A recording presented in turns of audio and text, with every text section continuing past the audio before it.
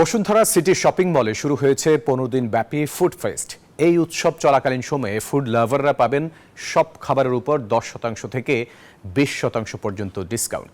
বিকেলে রাজধানীর পান্থপথে শপিং মলের 8ম তলায় আ বাইট ইনটু হ্যাপিনেস থিমে আয়োজিত ফুড ফেস্টের উদ্বোধন করেন বসুন্ধরা গ্রুপ BCDL এর উপব্যবস্থাপনা পরিচালক ক্যাপ্টেন অবসরপ্রাপ্ত শেখ এহসান রেজা। এ সময় বসুন্ধরা সিটির ঊর্ধ্বতন কর্মকর্তারা উপস্থিত ছিলেন।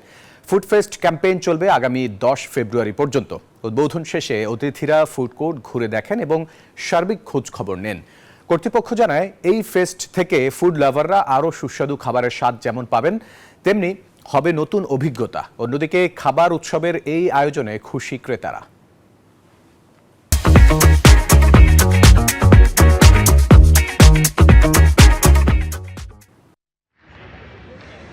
খুব ডাইভার্সিফাইড মেনু দিয়ে তারা অনেক সামচুয়াস আর ডিলিশিয়াস খাবার অফার করে আমাদের আগত কাস্টমারদেরকে বসুন্ধরা সিটিতে।